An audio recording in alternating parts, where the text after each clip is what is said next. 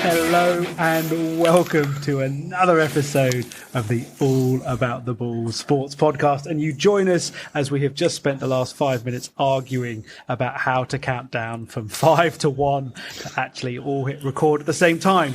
But I think we are all here. Lads, are we all here? Boise, Phil, Gareth, please say hello. Hello. Hello. Hello.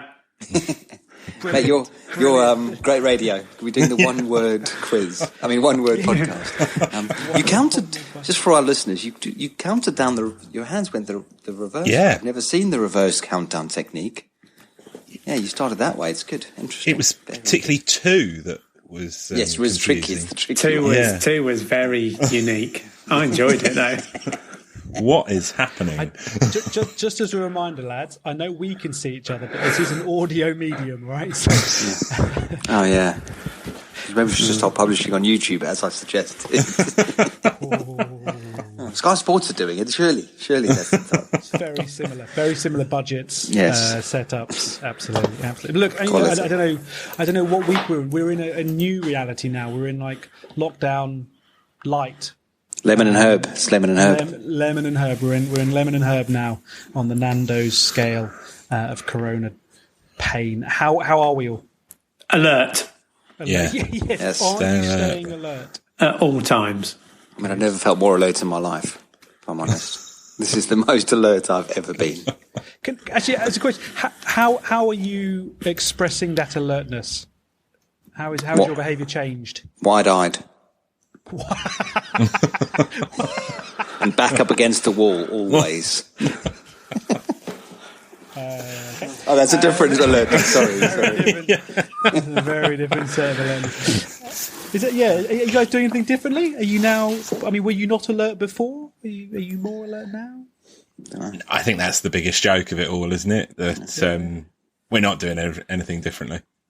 No. So, I'm certainly not. It's treated exactly the same. They did get ripped for the colour scheme, didn't they? Around the 5, 4, 3, 2, 1, that it was exact mimicking of Nando's. Beautiful. But you should have seen the way that Boris Johnson counted down 5, 4, 3, 2, 1 on his hands. But it was good. So, short of putting it in a chilly shape, that was pretty much just the Nando's marketing department who were furloughed are now working. Working for the government in the press because they got good media. Actually, they got good marketing department. I was going to say, they've probably embraced that Twitter coverage. But there are also hints and rumours that some sort of sport might be returning in some form soon. Maybe the teams are starting to come back training, aren't they? Like in a week or so. I think I don't know about Premier League. I know Germany are already training, aren't they? But really, unless their team have contracted COVID-19 and are therefore in isolation. So it's an interesting one, isn't it? I don't think we're going to see any sport immediately. Certainly in this country. Yeah. Brighton are training, and they've just had a third case, so their training as individuals is working brilliantly. So it's the one when you kick the ball over there and go, mate, can you kick it back? No, I'm not touching that. You've got to run over. It's just too much. It's too much. But the K League is back. That's probably the big one. The South Korean K League is back, and I think that's probably who needs anything else. Korean baseball's back because I saw the kid, instead of doing the first pitch in, was in a full Zorb ball on the mound, just standing there with the catcher high-fiving the plastic on the other side. I mean, it's basically like meeting your hero in a big condom. Is that is that the level of PPE that they've got in South Korea? Well, it's worked a treat. Everyone's in Zorb, Zorb outfits. It's just too funny. Although, I mean, and it's going to be hard to believe for all our listeners and you three, but I was out running on Monday night, and You're chasing the Deliveroo driver. Well, You haven't downloaded Peloton, have you? yeah, someone kept patting me on the back. I don't know what was going on. It was me. It was me. I've got an update on my sub-dom relationship that is evolving on Peloton. But yeah, But I was running, and Anthony Knockhart was in the park running in the park too. Came back, told my nephew, and said, "Oh, Knockhart." I said, as I passed him, I gave him a cheeky smile. And he went, "Well, you ran past Anthony Knockhart." I went, "Don't be ridiculous. We were going different directions." There's no way a championship footballer and I are even in the same vicinity of fitness and speed. Never mind. As I lapped him. Yeah, exactly. So it was, but yeah, that was my claim to fame for the week. So Nice. Sorry, I know this is. Where is he playing now? He's on loan, isn't he? I think he's full. I think he was sold to Fulham. He's a Fulham. All right. So he's an excellent championship player. Yeah. Yeah, he's annoying though, Slower isn't than you'd expect, though. Yeah. When I hit K4, I thought I'll show him, and he was long gone. He'd done his 20-miler and gone home. So I don't know. I could have had him, but But one more lap. We have got a couple of beauty episodes that we're going to record tonight, and this we've got another quiz from Quizmaster Phil, who texted us all last night and scared us quite a lot, saying, "Lads, just to worry you, 24 hours out from the quiz, and I've already nailed a pretty good idea. You're in for a beauty." And we got quite scared, but then we've been reassured that actually that idea has been thrown out of the window and scrapped. Yeah, when I actually worked out how much work it was going to take to pull that beauty together, as well as all the sound effects I was going to have to master, I'll leave that for another week. But it's shelved, not binned. Yeah, Nice. But I have got it's on furlough. Yeah. But I have got a little something for you later on this evening. Looking forward to it. Yeah, exciting times. But we were talking about this week on Twitter a proposed rule change, weren't we? In the cricket world. Yes, we were. Exactly. That's a seamless segue into our thanks for keeping us on track there. That's good. If by segue you mean we were talking about one thing and Gareth started talking about something else, then that was an excellent segue. Well, I wouldn't have said seamless, but it was a segue. I jumped on the knockout one going the other way, basically. Cheeky wink as it went past. But no, you're right. Actually, there's been two interesting. There's been one suggested rule change from, I think, an old drunk Australian, and then there's been one actual rule change in the world of rugby this week, which is cool. So this episode is all about what rules would you like to change in sport. And so, should we start with that cricket one? Because it was one of the Chappell brothers who's come out and said, basically, if it hits your pads and it was going to hit the wicket, you're out, sunshine. Irrespective of whether it's pitched in line with the stumps, irrespective of whether you're playing a shot, you're gone. Tell your story walking. Yeah, I'm pro it. Really? Yeah. It's ridiculous. Ridiculous, Gary. I'm with Gareth on this. I'm pro. Go on. Fight your cause. Be ridiculous. I'm more intrigued. Has that always been the rule in terms of since the beginning, or was it because of negative bowling? The law, not the rule. Sorry. The law has evolved. We're not in the quiz time. yet. Yeah, it's evolved over time. I don't think it was the original law back in 1860 something, but it's been the law for quite a long time now. Yeah, I think if it's hitting the stumps and you don't use the bat, I don't understand why that's not out. Well, my initial thoughts were I used to be crap on the leg side, so I feel it would really expose my flaws as a batsman if I was not connecting.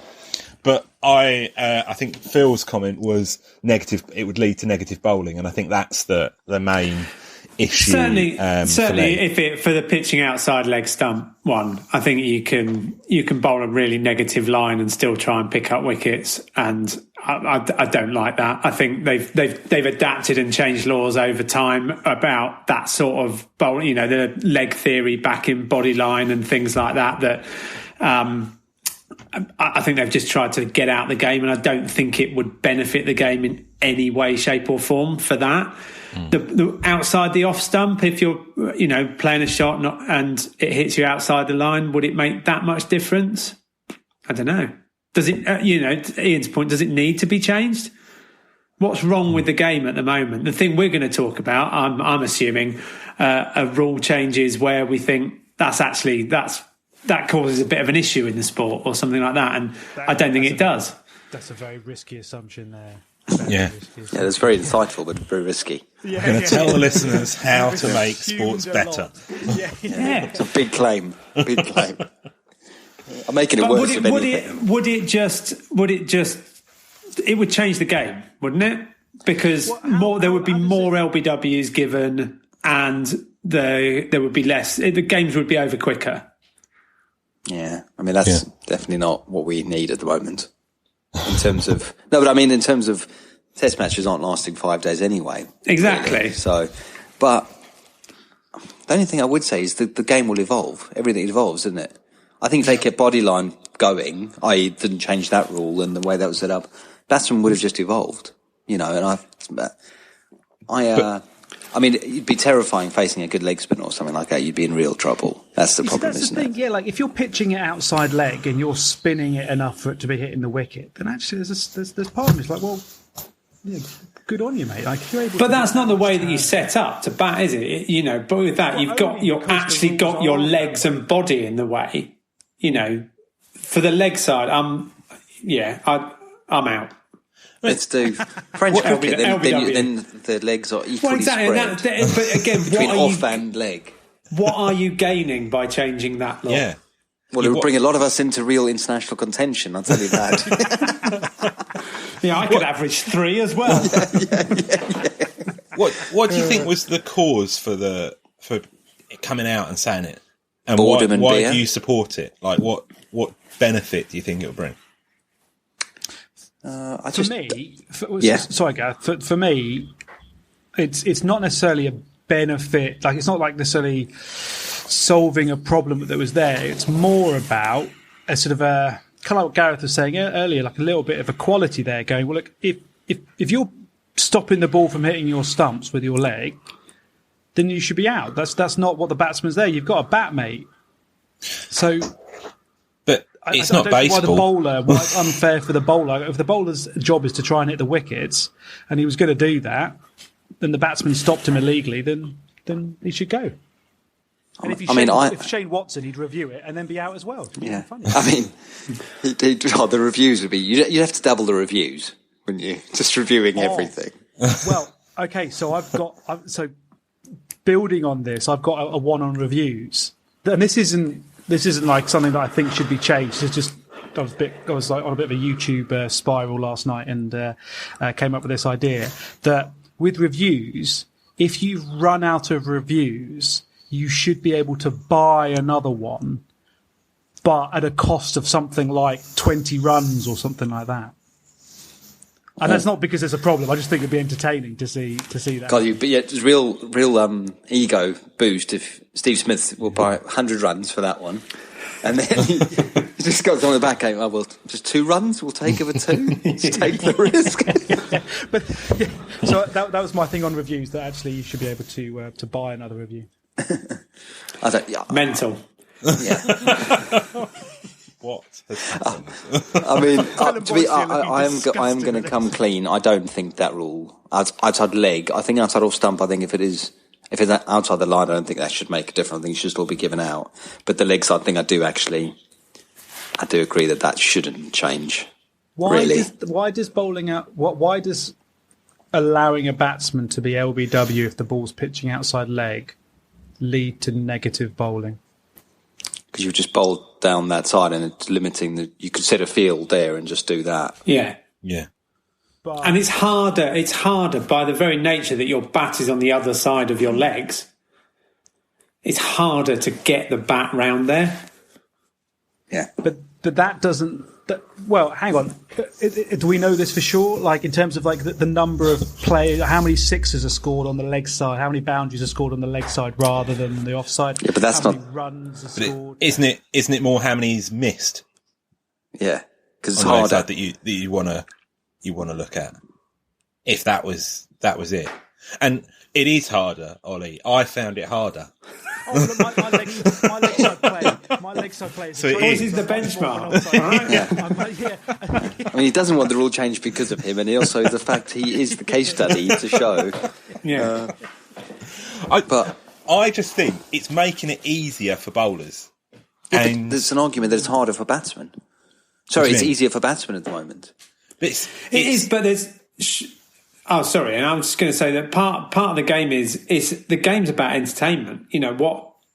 The way the game has developed is people want to see in one day games. People want to see 400 runs scored, and people want to see sixes hit and things like that. And breeding negativity isn't a way to do that. If you want to get the balance back between bat and ball, make the boundaries bigger, or allow people to play with the seam, or don't allow bats to be quite so ridiculously big.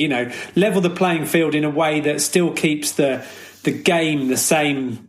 In the same way. This would change the way that people have to play the game in a way that I just don't think it's necessary. I'm not against a bit of levelling of the playing field, but I think there are other ways of doing it. The balance between bat and ball. Yeah, could we make the wickets bigger?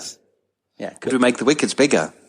You can make the wickets bigger, or you could bring that rule in, but make the ball bigger and heavier. So it's easier to hit. Get a tennis ball with tape on it. I put a bell like that would just confuse me. It's hard enough to concentrate on using it. My eyes, never mind my ears and my eyes. I'm all over the place. So I think Sorry, go on. No, go. It's just not going to. Sorry, you go. I did just interrupt. Go. It's not going to bring any more entertainment to the game. Right, I'm gonna introduce a cricket one because we've talked about this for 15 minutes and we all disagree, so that's fine. Let's move on. I agree with you. So we've agreed to disagree, just so some of us agree. Right, here's a cricket rule change that I think needs to be brought in. World Cup final, last ball, Ben Stokes on strike, 2 to win. Bowler comes in, bowls, it hits Stokes' pad and runs away for 4 leg byes, but the umpire gives it out. So New Zealand have won the World Cup. But hold on a minute. Stokes has signalled. He knows he's got a little bit of bat on it. The ball's run away for 4. He knows he's hit it. He's not out.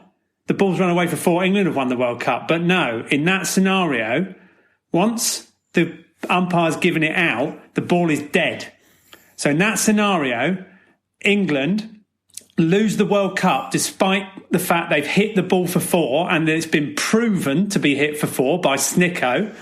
He's given not out, but it counts as a dot ball. Okay, excellent and well painted. Thank you very much.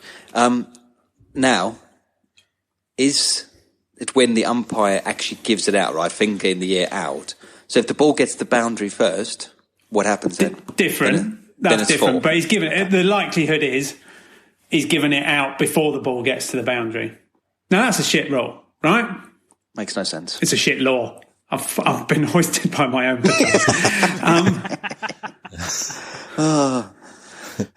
I think that is a shit rule. Law. Is that just been in there? Like, that doesn't make sense that it's there. Is it just one of those things that's been in there for years and actually no one's gone, do you know what? That's going to catch us out one day. We really need to change that. I think so. I think it's one of those. It's a bit like the boundary rule in the World Cup, isn't it? And no one really knew it was there until it actually cost New Zealand the World Cup and everyone went, that's really not a fair way to resolve this. And so I think it's probably just one of those things that, I mean, people do know about it. Yeah. I know about it. Now you know about it. Now all our listeners know about it. Exactly. Other people, yeah. So it feels like an odd one, because if they're waiting for a massive controversy before changing it, that feels unnecessary. But, you know, in that scenario, imagine that scenario had gone down in the World Cup final. Are there any other scenarios that would ever cause any other issue, bar losing a couple of runs in theory? Do you see what I mean? Nothing else could really happen. So I suppose that's why it's there, because they just got to stop the situation no matter what. Yeah, and I guess it's there, in theory, to prevent the fact that as soon as the umpire gives it out, the fielding team stop chasing the ball. So if it hasn't gone for 4, you know, if it just runs loose, people don't stay in play, do they? And think, well, just in case this is overturned, I'll just chase after it and hurl it in. But so I understand maybe they would rationale. if they knew the rule. Well, maybe they should. Yeah. I think what it would do, if I was the umpire and I knew the rule, I'd just give it not out and think, if the fielding team think this is out, they can review it. That's the thing. The law was probably written and in the book before reviews came in. So actually, historically, it didn't matter whether it was out or not out. If the umpire gave it out, it was out. The ball's dead. Absolutely, absolutely. So, but there wasn't any still. chance of it being overturned. But I mean, there is a danger that it would create negative umpiring. Hold on a sec. I suppose before we probably round this one off, where did the ball pitch? Full toss. It's on the full, on the toe of the bat and on the toe. another cricketing one, man-cadding.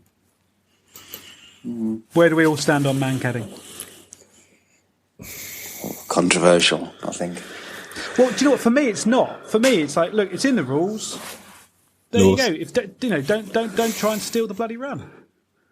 I think the problem is where it's really poorly either done by the bowler or then actually officiated by the umpires. So there's been a couple recently. Wasn't there a Butler? Was it Butler in the IPL or was it in the where the bowler? He was about an inch out of his crease, and the bowler stopped and almost went back to do it, and he was given out. Which that's not the sort of almost the spirit of the mancad, and I guess that's the issue. That for me, that should have been given not out because yes, he was out of his crease when the stumps were broken, but that wasn't as part of the bowler delivering the ball. That was the bowler going through another pace and then stepping back. So and also he wasn't attempting a run.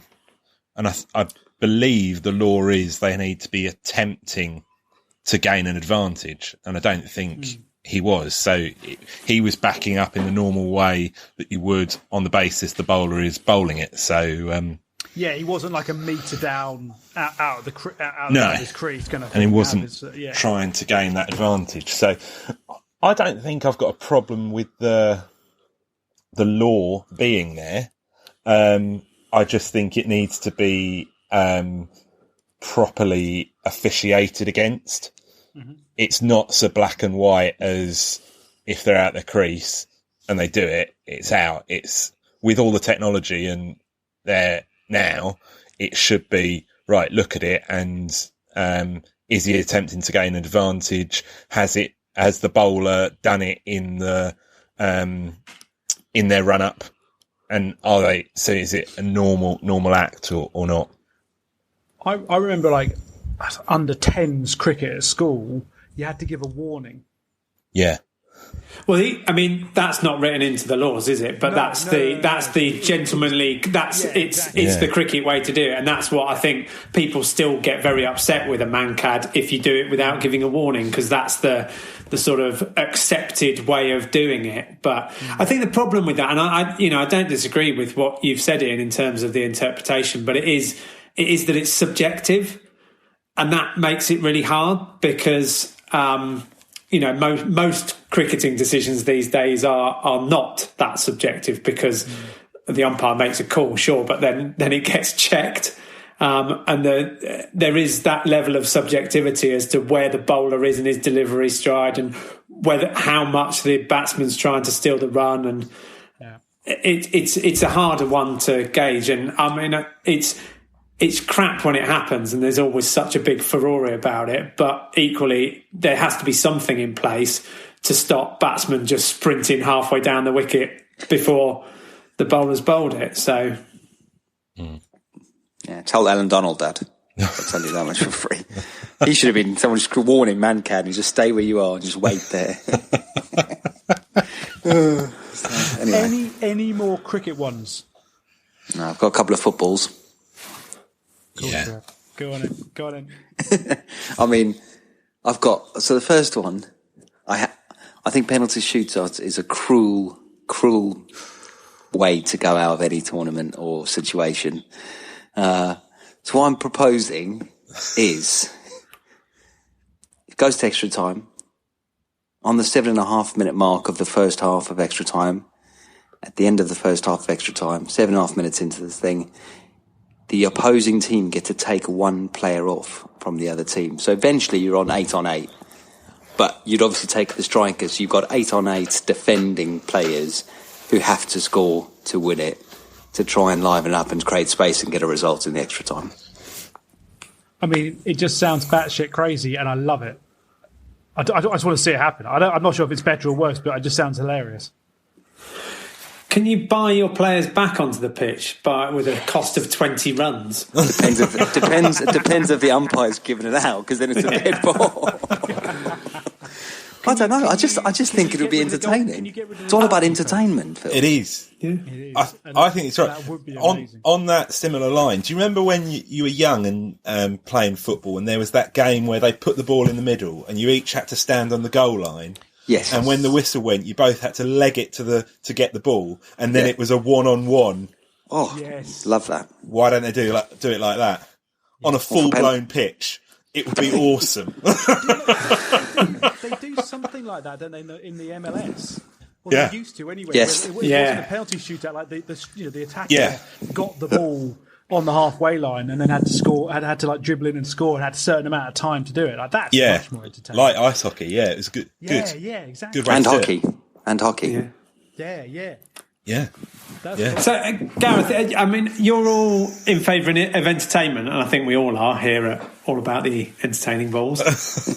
Do you think that would inspire entertainment, or would it just instill people to just, if you're taking the attackers off, are you not by your very nature making it less likely to score goals? Yeah. All right. Well, you have to take a defender at least, and then I don't know, but I just want less people on the field. Wouldn't you just take the goalkeeper off? No, you can't.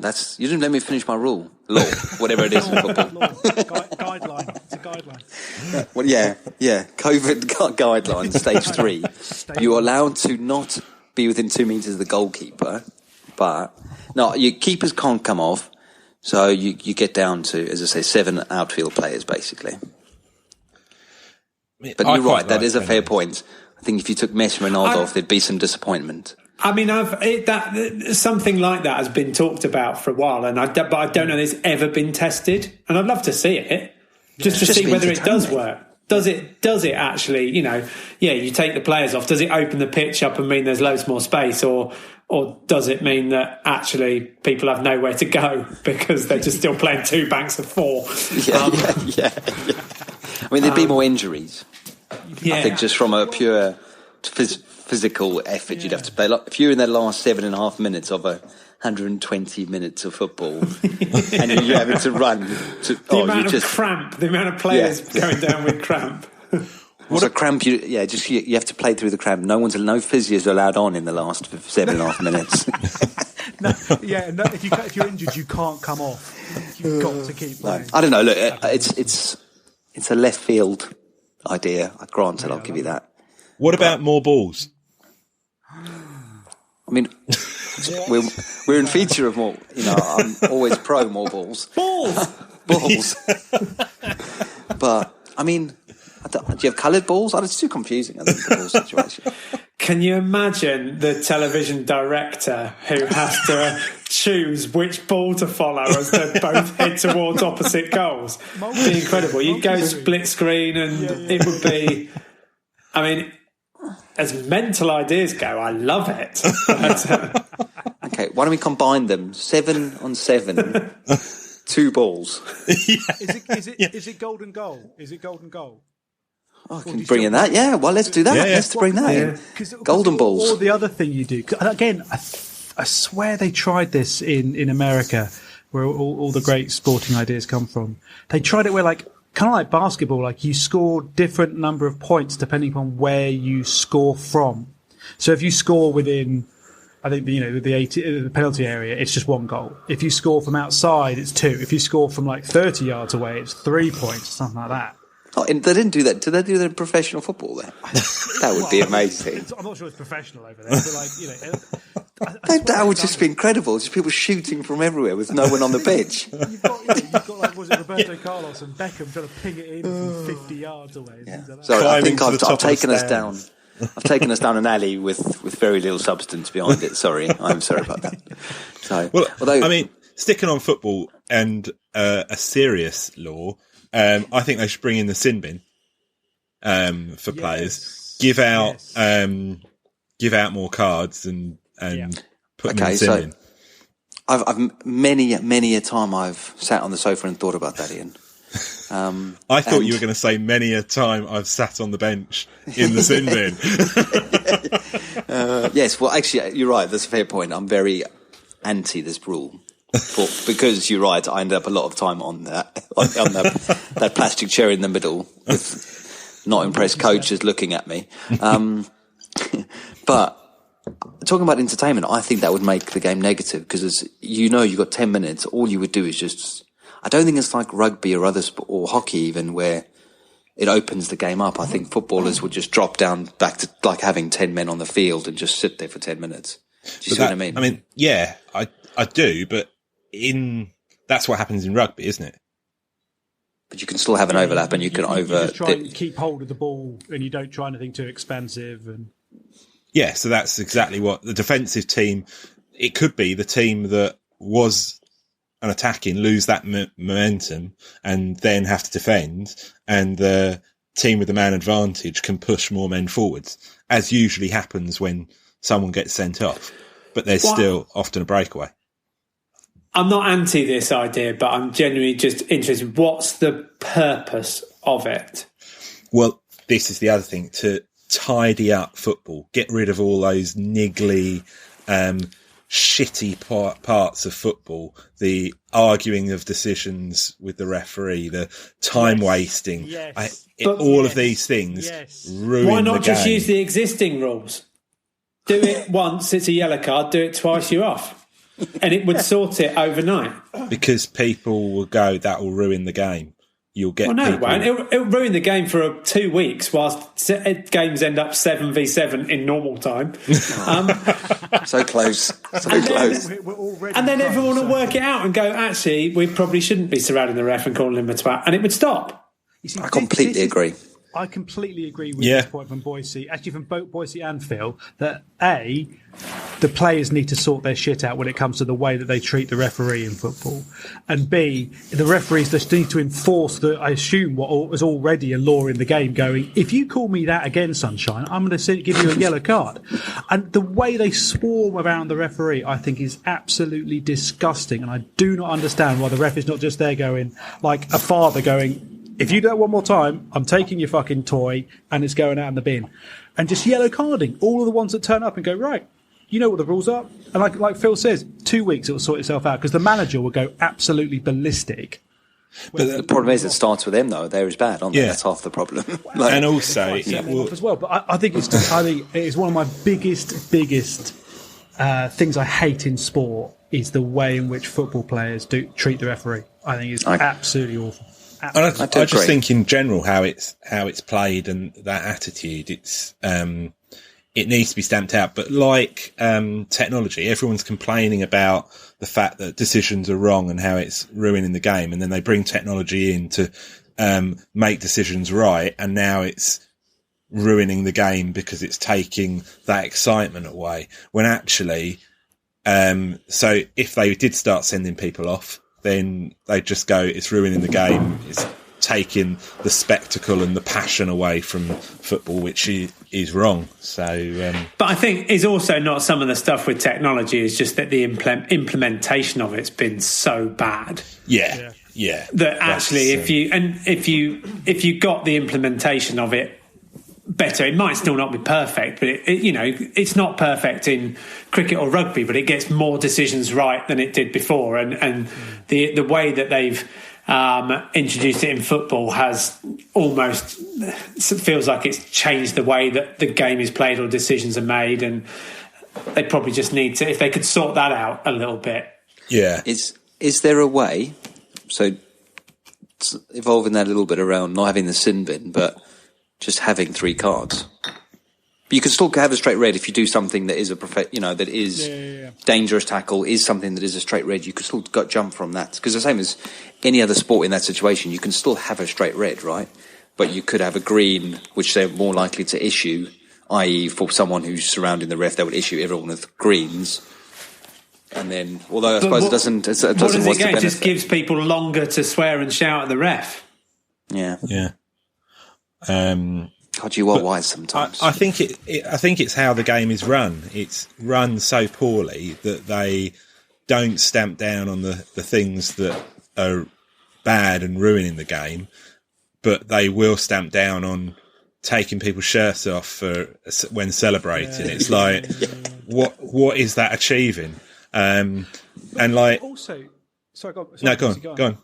What were you going to say? Like with the thing about the swarming around the ref and swearing at the ref and things like that, I can imagine that there might be some refs who are saying, look, if we start pushing back on that kind of stuff, it's going to cause problems on the pitch or whatever. But I wonder if there's just something where actually it's taken out the referee's hands and it's done by a video committee afterwards who just goes, no, that was unacceptable. You, and you. I can see your shirt numbers. You're all given a yellow card after the game or something like that. Yeah, like citing. So yeah. Although, but the citing is if it gets missed on the pitch. This isn't something that's being missed, is it? And this is one of the big things about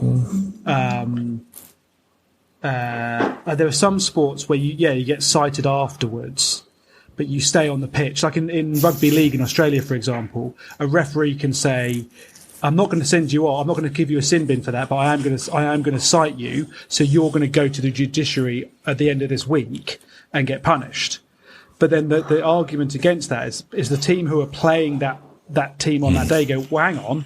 If he's committed an illegal offence, he should be off now. Yeah. And we get the benefit, not the opponents next week. That's not fair. So it's kind of like it kind of dissuades players, but it kind of doesn't. But basically, stops swearing at refs. Yeah, I just pisses me off. Time wasting annoys me as well. But that's another thing where there is a law and they don't adhere to it. Like if you see the stats of how long a ball is actually on the pitch in football, it's ridiculous. It's like 50 minutes. 60 minutes? Yeah, it's 50, 60 minutes, yeah. Mate, so it's even worse with rugby. But so start stopping the clock. Just when it goes out, stop the clock. Make the game longer. I don't think that's the problem. Make it more exciting. Does that affect the quality though? Because these guys, if you look at how players are at the end of extra time in football, cramping up throughout. If you keep the game in, if you keep the ball in play longer, these guys can't get any fitter. I'm not disputing about like the worst of time wasting, but I think the game, both football and rugby, both games work on the fact that the ball isn't in play the whole time. Were they toying with having a shorter game, but stopping the clock? Did they toy with that? What, make it a 60-minute game? Yeah. Like 60-minute makeover.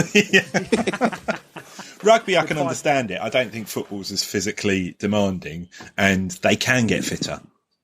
So the game will evolve. They'll evolve. Not so quick. But this is the thing. Do you genuinely think that? Because I think footballers are really, really fit. They're perfectly fit, but they're not. They can still get fitter. Yeah, at what point does getting fitter then start to have a knock-on effect on their technical ability? Say, But this is interesting thing, like the way, and it might not be comparable, but like in contact sports like rugby and rugby league and things like that, what they've tried to do is actually make it so that the ball is in play longer and there are fewer subs, so that actually there is more fatigue, particularly for the big players, so that actually it's not a sport that's dominated just by size and strength. You actually then get the creative and nippy number 10s and inside centres and wingers and things like that being able to have an impact, because later in the game there are players playing at fatigue. And the sort of the creative geniuses can have more of a say. Now, it's not quite the same in football, obviously, because the sort of the body shapes tend to be a little bit more similar compared to things like rugby. But I'm sorry, if someone's paying you 200 grand a week, yeah, you can run for 90 minutes, you bastard. But Well, 60 minutes and stand around for 30 minutes. But the game will evolve, so they'll bring in more substitutes. But does it need to? Again, Yes. Why? Because It's time wasting. Time wasting. It's not time wasting, though, is it? The ball. It's not time wasting for the ball to get kicked out and then it just take a few seconds to come back in, or the goalkeepers go and get the ball. The rule about time wasting is when the keeper's putting the ball down and then going and cleaning his boots and rubbing the. They should stop the clock when the ball's. The game would go on for hours. There's no desire for that from TV or fans to have a 2.5 hour game. Yeah, I mean, I get the 16:57 train, so that would really mess me up. I mean, I'd miss basically the whole game. Yeah. Game starting at midday, not finishing till 7 p.m. Yeah. I think Monday Night Football ends on Tuesday. I think it would make it you'd more exciting. I think it would make it more exciting. There'd be more goals. I think you'd end up with a worse product, skill-wise, and a longer game. Jeez. But can you get given out outside leg is all I care about. What happens if this is the last ball of the World Cup final? Yeah. Time wasting. Ben Stokes is time wasting. That would make it good in cricket if you had to get back to your mark over a certain pace. They have to get fitter. I get that. But you have to run back, turn and bowl and just really speed it up. So I'm joking. I'm going off on a tangent. What's the rugby rule, Ollie, that's changed? Oh, yeah, so it changed this week, actually. So you used to be able to score a try if you grounded the ball at the base of one of the posts.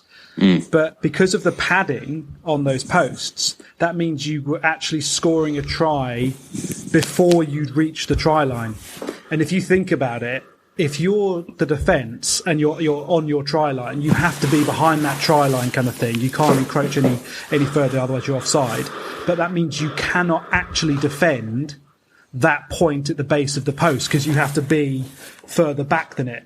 So like you're trying to like push your hands forward to try and get under a ball, but you can't use any of your body weight, your strength, or anything like that. So I mean, it's not a huge thing, but it has been. It came up a few times in the World Cup, actually. Yeah.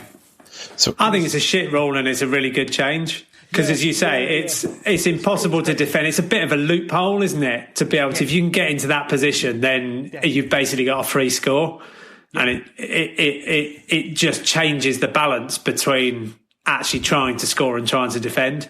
So good change. So they've just said that you can't score a try in that way. Yeah. So you now have to score on the try line or over. So why don't they just get rid of the posts, move them back?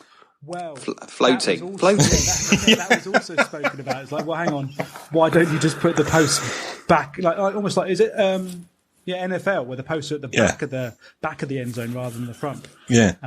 But I don't know, mate. I mean, that would make a lot of sense. Look weird though. It would look weird. It's like when you see someone who's shaved their eyebrows and you can't work out what's going on their face. It would look like that. Something's different. I can't work it out. I'm just going to counter this just to see, but the rule's the same for both teams, right? So, and in the light of the entertainment value, what's the difference? It's the same for both. Whoever gets into that position gets the chance to score. They've had to work their way to that point. I don't see what does that benefit of the game. I think benefit is that if you happen, and it might be luck or it might be skill, but if you happen to work your way to within a metre of the try line and you're next to the post, you don't have to do anything to score other than just touch it. Versus if you're anywhere else along the try line, you've got to work harder to do it. So I don't think it is the same for both teams. It's also like it's kind of this weird thing where it's contradictory to one of the underlying rules of the game that you have to get to the try line to score a try. It's like you have to get to the try line to score a try. Well, apart from this area of about 1.2 meters in 2 points on 4 points on the pitch. Like, well, that's a bit weird. Like, I mean, talking about lucky or not, to get lucky there, the ball's bloody an egg shape. I mean, half the game's luck, right? Just play pants anywhere. Make a round ball, and then they can take their rule out. And also, you got to catch it, which is really hard. If you could just kick it, it'd be so much easier. Actually, this must be a game we can create from that. I'm going to call it kickball. Yeah. Oh, I like it. I do like it. No time wasting, though, please. No time wasting. And only 7 men on the pitch. So, are there any other ones anyone else has got in the mixer? Not really anything drastic. Like the one thing for me that kind of annoys me on the rugby side is the TMO. And I don't know whether this is actually just the way that different TMOs play their roles or whatever, but there are definitely some games where the TMO is proactively going to the ref and saying, hey, no, look, you should look back at this because that pass, 3 phases before the try or whatever looked forward, or I think he might have dropped that. We should check this. And there's other TMOs that they're like, I don't know, Victorian children. They only speak when they're spoken to, kind of thing. Like, I think the idea of the TMO in rugby is that they're only meant to get involved once the ref on the pitch goes to them and asks them a specific question. Like, can you see any reason why I can't award this try? Or can you check this forward pass or whatever? And there just needs to be clarity. There needs to be clarity about, can a TMO get proactively involved, or should they wait until they are asked a question by the ref? Because the inconsistency annoys me a lot.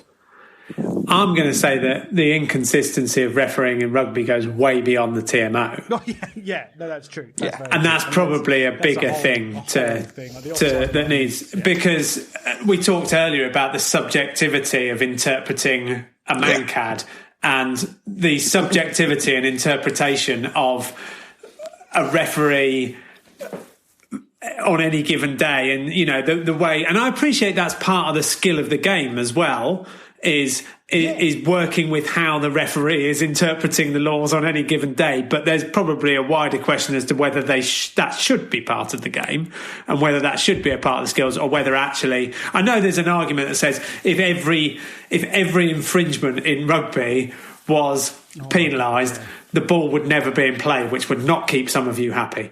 But, and so there has to be a level of interpretation. But if there could be a consistent level of interpretation, and, this idea that in the Six Nations, you can watch one game at 1:00 with a European referee that referees the game in one way, and then watch another game an hour later with a Southern Hemisphere referee who's completely playing the game in a different, or wants the game played in a different way, I don't think it's entirely detrimental to the sport, but I think that's probably a bigger issue than the TMO one.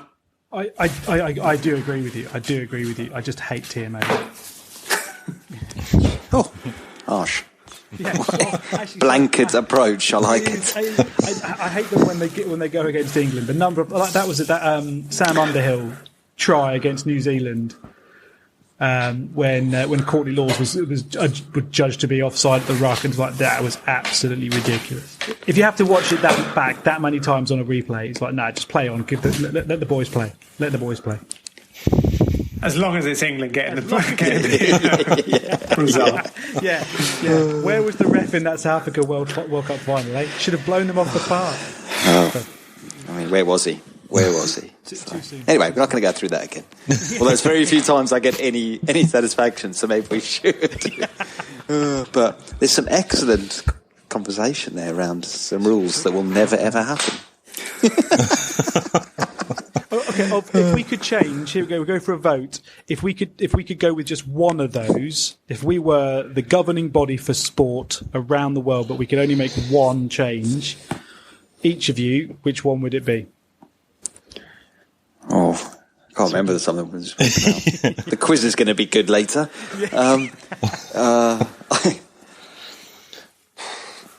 I'd keep the sponge around the old rugby posts.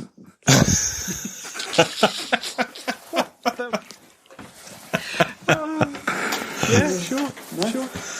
Yeah, sponge around. TMOs. I think TMOs should just be allowed to make decisions without consulting with the referee. Yeah. I think that's wrong. I don't think overall. I think I agree with that. I think if they see something that the referee's missed, why shouldn't they be able to get in the ref's ear and say, you might just want to have a look at this because we've spotted it on the screen and 2 plays ago so-and-so's just punched another guy in the face. Yeah. So give him a stern ticking off. Yeah. And a little pat on the backside. Get on with the game. No, go on. You have to pick one rule. You have to pick one rule that we are going to change. What's it going to be? I'd bring one of them to get a bit more control on football games. So probably remove penalised time wasting. Keep the ball in play. Stop the clock. Excellent decision. Make them too tired to argue. Yes, and then whip off 3 of them in extra time. I'm going to go with my extra time rule. I mean, it's effectively, 3 hours later? I mean, they'll be fine. They'll be fine. What I'm enjoying about this so far is everyone choosing their own suggestions. So I'll stick with my cricket one, last ball of the World Cup example. Change it now before it ruins the game. For another final, yes. I'm going to spoil everything. I'm going with Gareth's reduced extra time team size. I would love to see that. I'm happy with that, yeah. Yeah. See For entertaining. Full-side pitch with players who are just absolutely knackered. Yeah. Hilarious. Clearly you've gone for the most unrealistic one, but there we go. Hang on.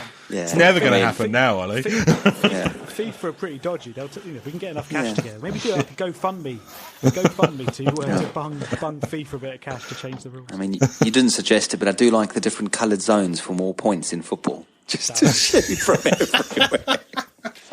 Do you know who would benefit that? Is Bruno Fernandes, because that bloke shoots all the time. He was picking that from a goal kick and just having a shot. So get half a point if you're on target. But lads, it was good. Thank you very much. Good stuff. All right, lads. Cheers, guys. Take care. I hope you enjoyed that show. Reminder: we've got another quiz coming up, so just keep checking your phone for the next episode. Lads, have a good one. Stay alert. For goodness sake, stay alert. Stay alert. Go well. Cheers.